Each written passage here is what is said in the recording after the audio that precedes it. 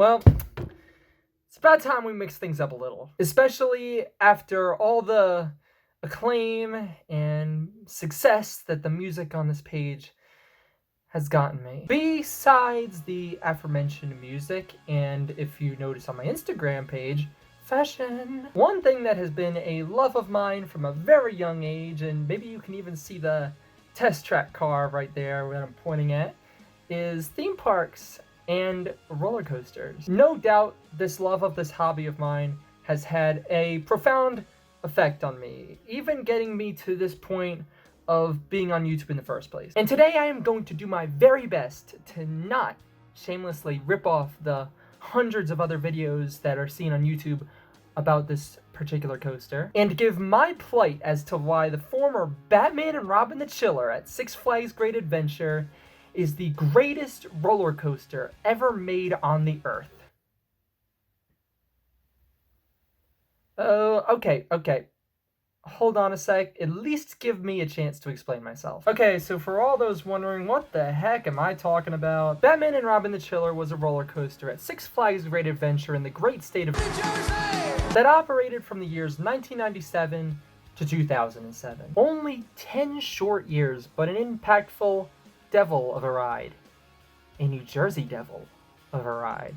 And what was this ride all about? Like, what is causing me to make these boisterous claims as far as greatness goes? And that takes us to reason one as to why this roller coaster is the greatest thing since MTV, Color TV, YouTube advertising. Its utter uniqueness. It was a launch coaster, but instead of going and getting one, like any normal park, Great Adventure instead said, bruh, what if we just got two and put them beside each other? So, like, double the fun? YOLO. So yeah, any normal park, having one launch coaster means you're in pretty decent shape. You can take a few punches and bob and weave for yourself. You're up there with the big boys and girls and non-binary pals. Great Adventure is that on one side you have Batman, and the other side you have Robin. Genius. The Robin side would launch up into this element called a Cobra Roll, called that for obvious reasons. And the George Clooney side of the ride would go up this top hat looking element, which looked like this on the map, confusing the heck out of little tyke me. Then both sides would go into this zero-G roll, which looked incredibly different from any other zero-G roll ever made, which, you know, if you're not already different enough, you might as well go for broke here. Then go up this massive 200-foot tall spike into the sky. Just like your train is gonna take enough speed to go flying off right into the log flume on the other side of the park. But here's the cool part. You did it once again, backwards. Wow. Talk about sickening. All those wacky and crazy elements, and now those LIM motors at the top push your train back through, and you end up going back to the station and just saying, oh my God. Even after you're off the ride, like you're going down the exit, and there's no way you can make an exit exciting. I mean, come on, you just got done this perfect ride. Both sides are dueling, and one might be coming right past you launching out of the station, and the other is coming down the inversion right past you, feet away. Total, absolute, controlled chaos. And also, did I mention this coaster was loud?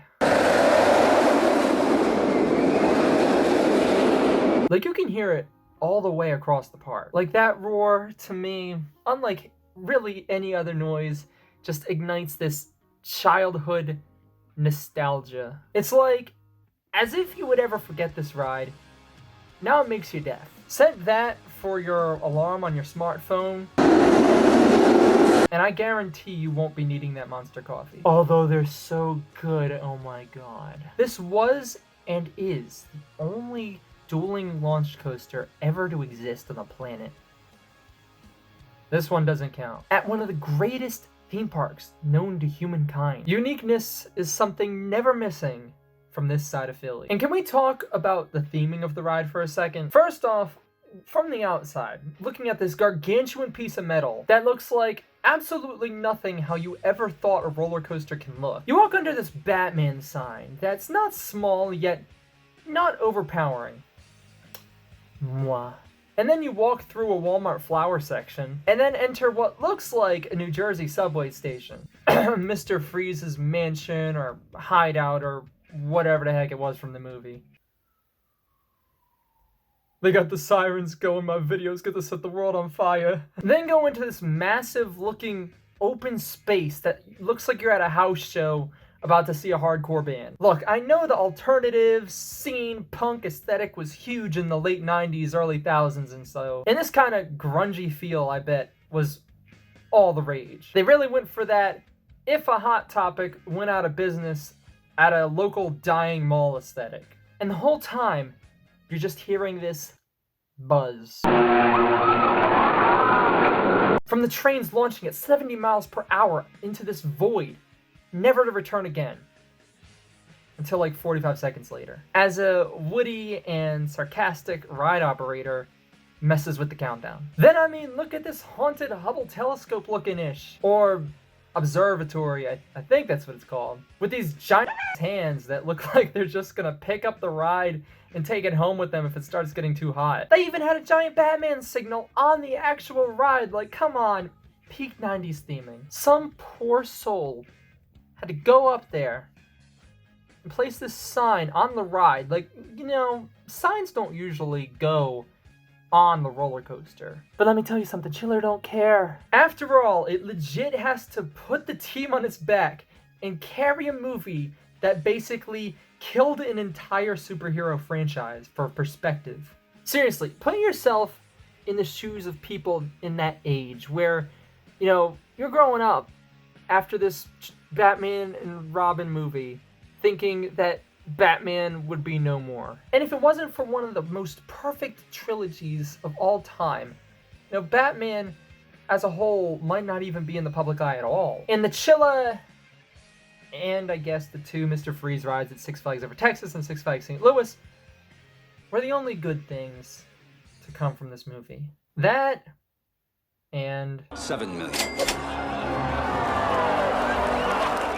Never leave the cave without it. That is like George Lehman levels of strength right here. And nothing on this ride was ever set in stone. I mean, this roller coaster was remixed more times than Old Town Road. It did things its own way and always had control. Even in its opening year, it was open for about 3 days. They had this big cheesy ceremony where twins cut the ribbon to open the ride, and Chiller was like, nah, I'm not feeling it. I'm gonna sleep off this hangover, you know?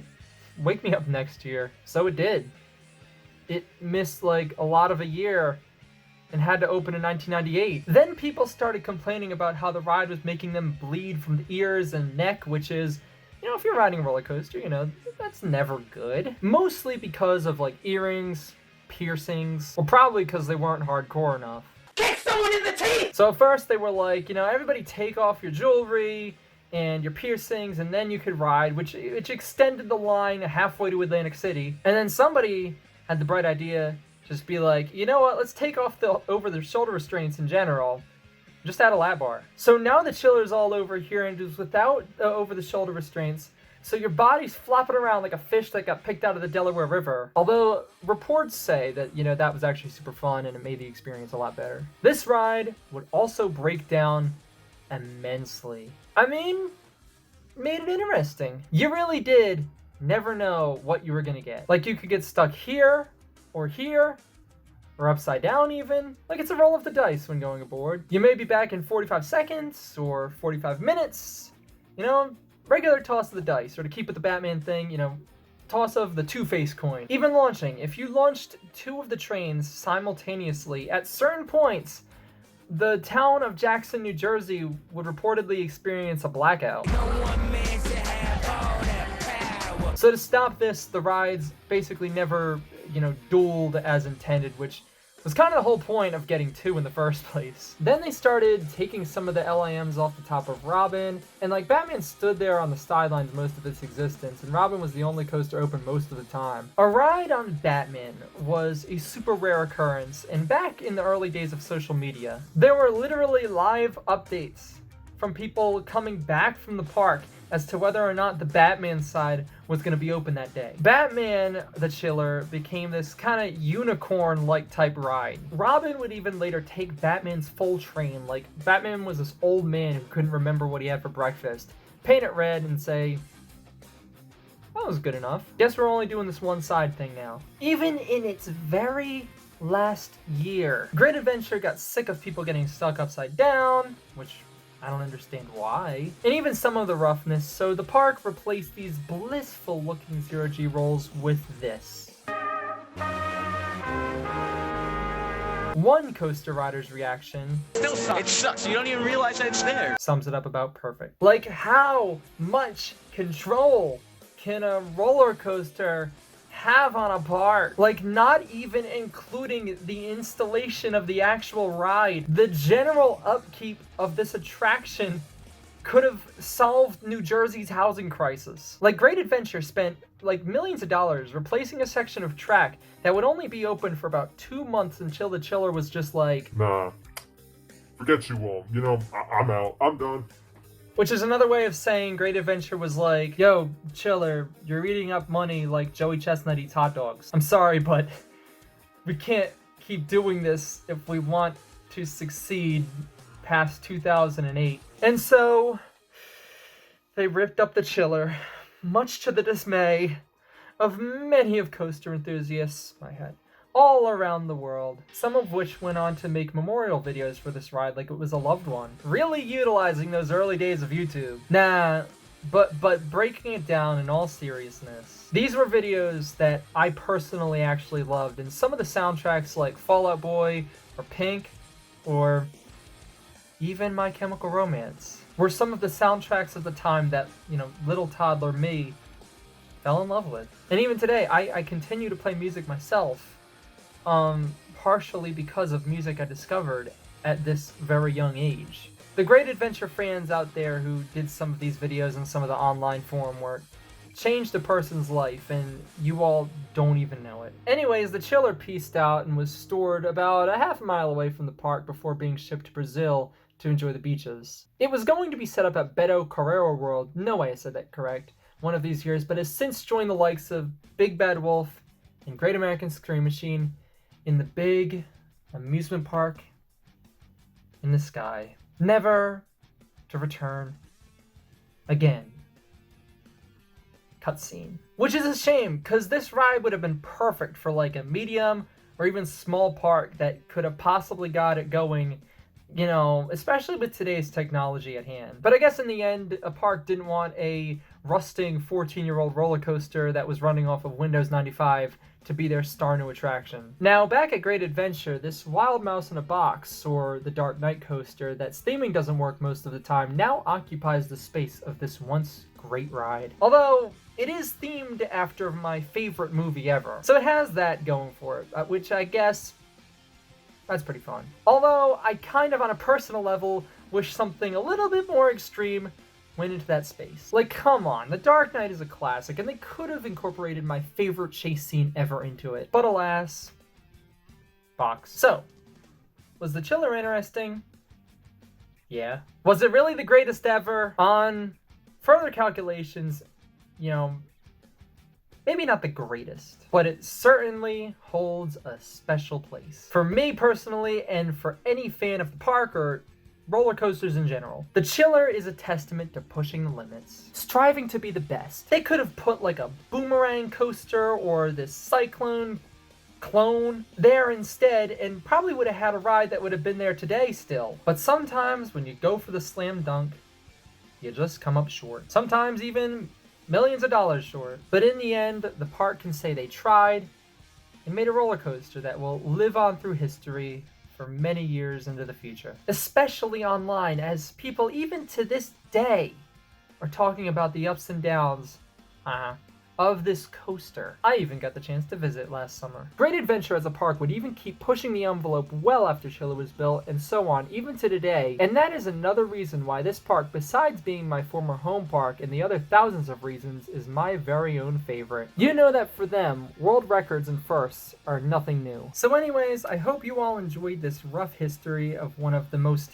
interesting theme park rides to ever exist at my personal all-time favorite theme park. And if you're interested in learning more past what I have said here, there's hundreds of videos out on YouTube about this ride, especially some that really go into the technical detail side of it that I just don't know off the top of my head, that are guaranteed to keep your curiosity afloat. Also check out greatadventurehistory.com for any information you could ever think of about all of the rides past and present at Six Flags Great Adventure. That site and others like it, like Theme Park Review, helped fuel my theme park passion from a very, very young age. I hope you really enjoyed this video, and if the motivation hits me, you know, right in the right way, maybe you'll see another video like this sometime in the future before the next year's over. But until then, enjoy the ride.